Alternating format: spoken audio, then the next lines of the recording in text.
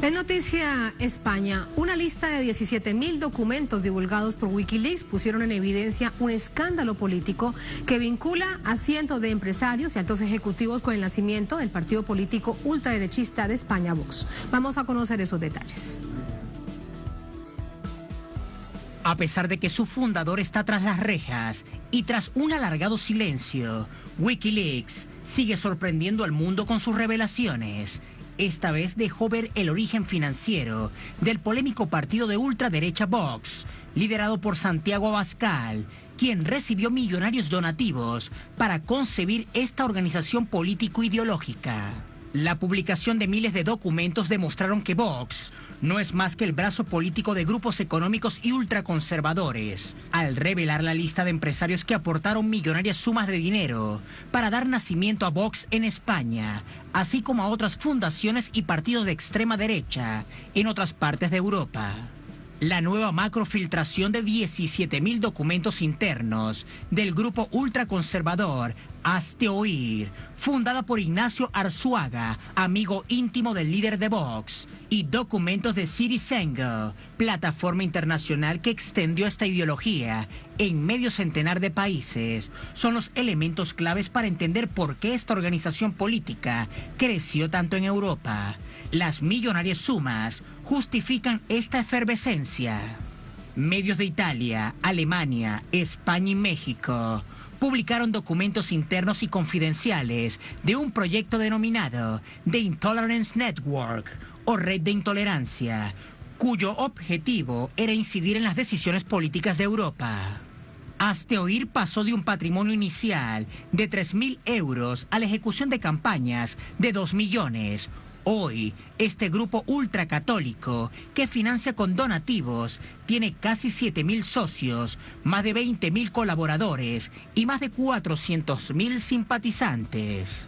La larga lista de donantes comprende desde pequeños donativos de miles de personas hasta cuotas de millonarios, altos ejecutivos y funcionarios públicos que no son socios, pero aportaron fortunas para eventos como el Congreso Mundial de Familias de 2012, que reúne al núcleo duro de las asociaciones ultracatólicas de todo el mundo. Los aportes a las arcas de Citizengo convirtieron esta plataforma en un motor internacional de impulso a los partidos y organizaciones de extrema derecha en el continente y fuera de él. Y aunque Arzuaga, de Hazte Oír, y Abascal, presidente de Vox, tuvieron diferencias tras los grandes éxitos electorales de Vox, la hipoteca política de este partido tiene claras simientes ultracatólicas en Hazte Oír. Vamos a analizar todo lo que esto significa. Para ello nos acompaña Fernando Casado, profesor en la Universidad Técnica de Manabí, en Ecuador. Es periodista, analista internacional español. Fernando, bienvenido. ¿Cómo te va? Muchas gracias por acompañarnos. Gracias, Tatiana, por la invitación. A ti muchas gracias. Son más de 17.000 documentos que estos medios de comunicación desde Europa, uno desde México, han comenzado a publicar. Pero son muchos más los filtrados por Wikileaks. Se calcula que son 2 millones de documentos. ¿Encontramos allí la esencia de lo que significan estos partidos de la ultraderecha en España? Bueno, yo creo que habrá que mirar todavía toda esta información que recién se revela y recién se pone a disposición del público en general, ¿no? Y que ha sido analizada por estos diarios que mencionaban en el reportaje.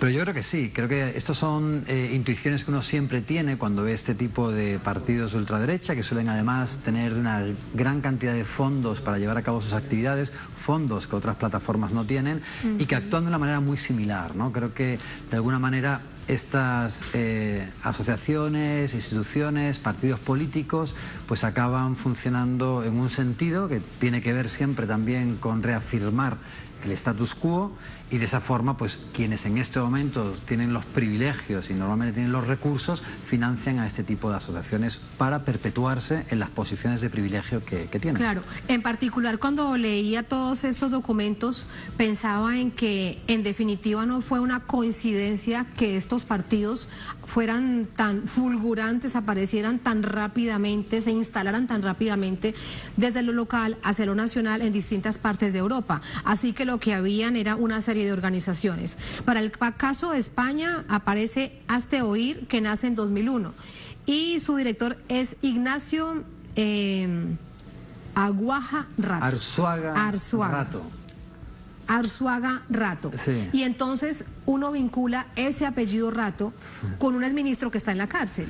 Sí, además son como vínculos que tampoco parecen casuales, ¿no? Parece que son personajes que están en la palestra y que al final vas generando un mapa muy interesante, ¿no? Rodrigo Rato, que fue uno de los grandes ministros del gobierno de José María Aznar, una persona muy fuerte, que cuando termina sus funciones como ministro de Economía, segundo vicepresidente del gobierno, primer vicepresidente del gobierno, después va como director del Fondo Monetario Internacional. Imagínate. Vuelve a España, en España genera una serie de cargos, ¿no? Lo que llamaríamos también las puertas giratorias, de cómo la política después te coloca en las mejores empresas, que te devuelven los favores después de haber trabajado a su favor, y acaba como uno de el CEO de Bankia, en donde destruye un banco en el que al final tiene que recibir un gran rescate, en el que se supo que cuando esta entidad estaba en una situación muy compleja, se había autoasignado un sueldo de más de 2 millones de euros, y que además después, cuando se publican los Panama Papers, aparece como una persona que estaba intentando disolver una serie de sociedades para que no le interceptaran un dinero que provenía del blanqueo de capitales y de la corrupción, y que por eso está pagando actualmente cárcel desde el año 2018. Crimen de cuello blanco, también del Partido Popular. Absolutamente, sí. Todo esto fue de una figura del Partido Popular. Una figura del Partido Popular que de alguna manera pues tiene un gran vínculo con Hazte Oír, en el sentido en el que hay pues bueno, vínculos familiares, y recordemos lo importante que para organizaciones como Hazte Oír es la familia, ¿no? La familia monoparental. Imagínate. Y luego aparece Citizen Go, que nace, Hazte Oír nace en 2001 y les va también entonces, esto es lo que uno tiende a pensar que bailando. Citizen Go aparece en 2013, que es la plataforma internacional con presencia en más de 50 países. Claro, tengamos en cuenta un poco también, trasladándonos ahora a lo que es la creación de Vox, que los partidos de ultraderecha nunca llegaron realmente a arraigar en España, ¿no? Ya teníamos un PP que era suficientemente de derechas, que ocupaba todo ese espectro. Entonces, de alguna manera, se llevan a cabo este tipo de organizaciones ya transnacionales, en donde se generan vínculos con la ultraderecha de Marine Le Pen en Francia, en Holanda, en Alemania, en Hungría con Víctor Orbán. Y entonces, de alguna manera, esto lo que trata de hacer es generar no solamente aportes que eran todavía limitados a nivel español, porque eran solo de algunos miles o decenas de miles de euros. Ahora hablaríamos de intentar además generar una red internacional que lograra captar ya cientos de miles de euros para poder llevar a cabo la construcción, como has titulado el reportaje, de Vox, a través de un financiamiento que era totalmente necesario y que no llegaba de cuajar en España todavía, porque de hecho es muy tardío, ¿no?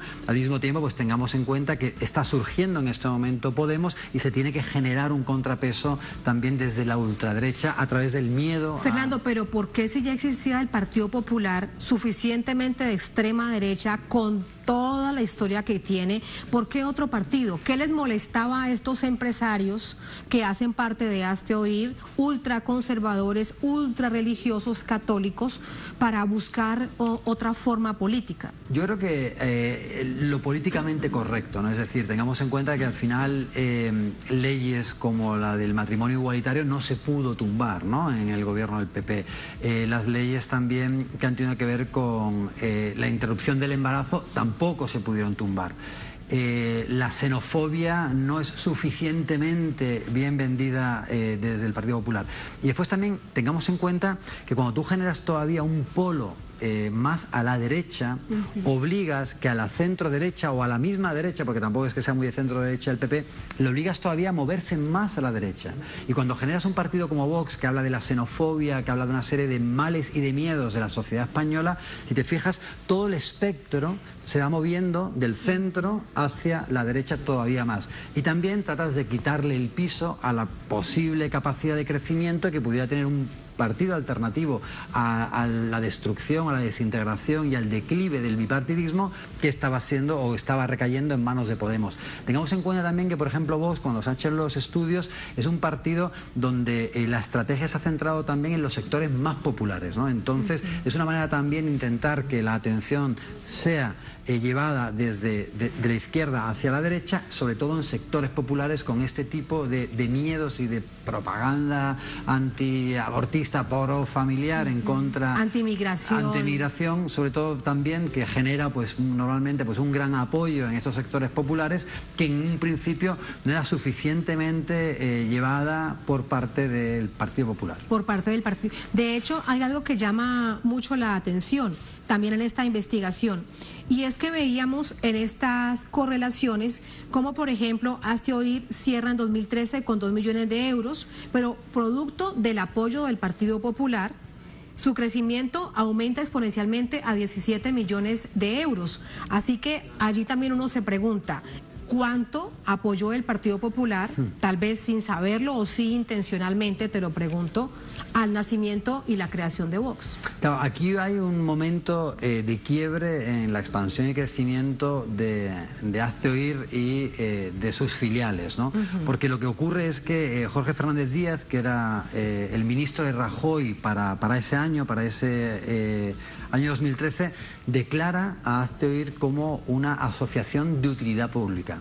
¿Qué ocurre cuando se te declara en España? ¿Qué significa eso? Eso significa que tanto esta asociación, esta fundación, esta pues organización de la sociedad civil recibe una serie de exenciones fiscales y económicas y también asesoramiento jurídico que le da una mayor capacidad de acción y al mismo tiempo personas... Y les permite recibir dinero con facilidad. Con facilidad, y aparte quienes lo hacen también a su misma vez reciben desgravaciones fiscales. Entonces por eso da ese salto cualitativo en el que ya se convierta en un negocio darle dinero a esta asociación.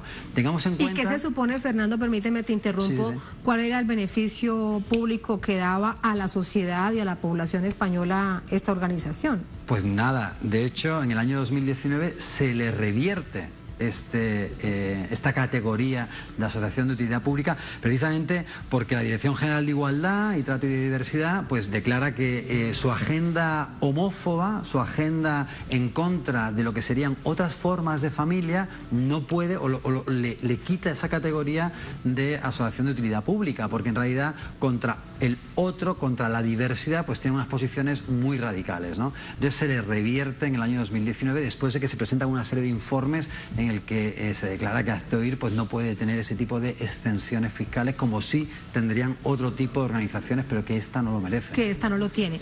Hay una cantidad de empresarios, algunos muy conocidos como por ejemplo la dueña de hoteles Ritz en varias partes de Europa, está también propietario del Corte Inglés.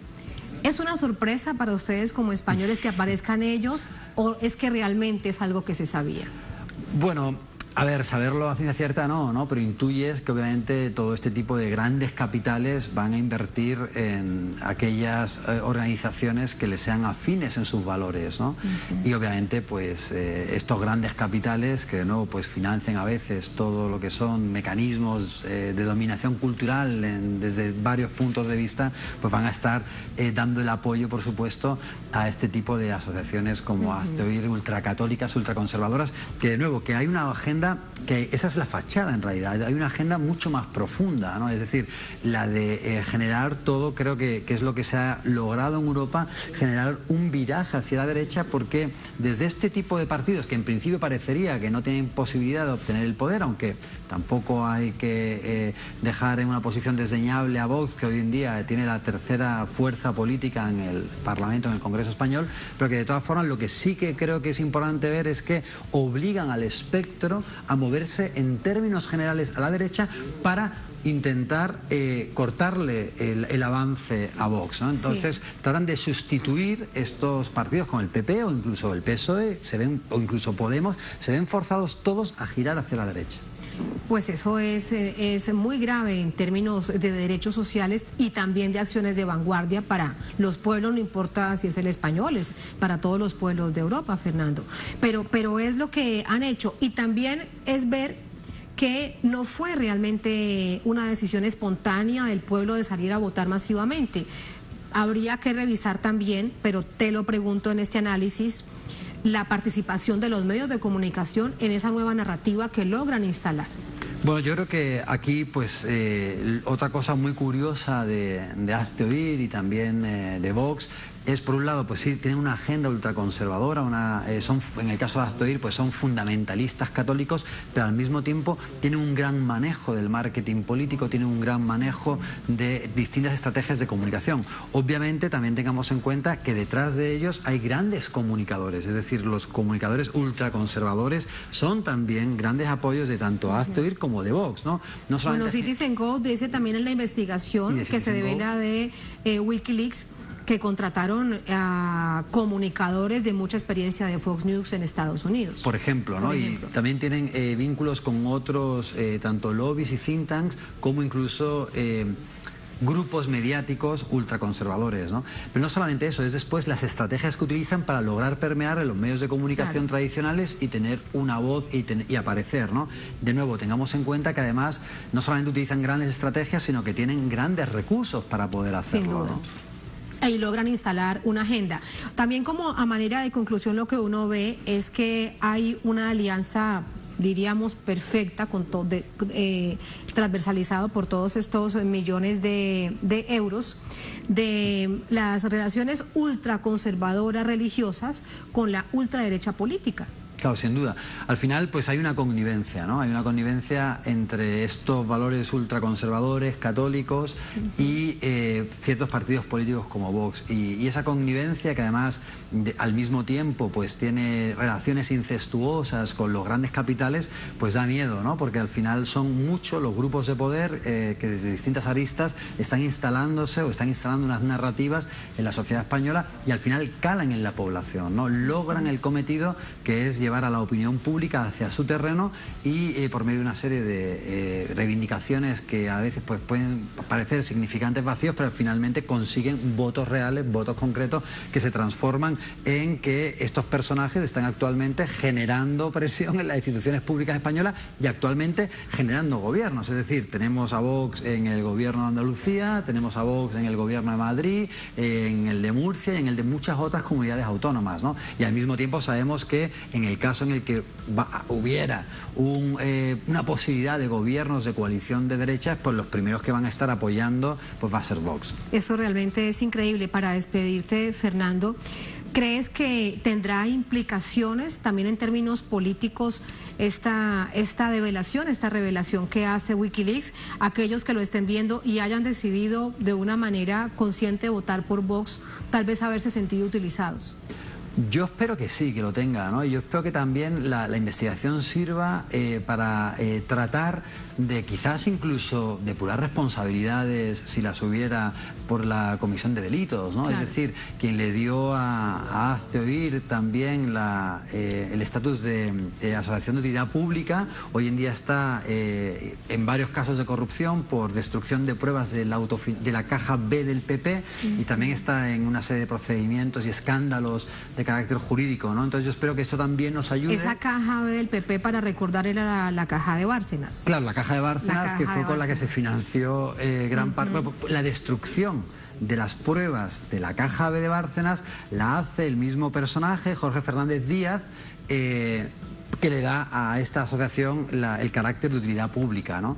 Entonces, bueno, si hay responsabilidades de algún tipo, jurídicas de algún tipo, pues que también se depuren gracias a este tipo de documentos, ¿no? Al igual que ocurrió con Rajoy, que al final, gracias a los Panama Papers, fue por lo que acaba pagando pena de cárcel. Pena de cárcel y eso es lo Rajoy, que... Rodrigo Rato. Sí, Rato. Y no, de lo que te iba a decir de Rajoy, con esto te quiero despedir, Fernando, es que, bueno, deja el gobierno inmerso en toda esa cantidad de escándalos. Efectivamente. Ojalá que esto pues pudiera también ser una manera de ir dañando una imagen hasta ahora, entre comillas, inmaculada que tiene Vox. Muchísimas gracias, Fernando, gracias por el análisis. Muchas gracias.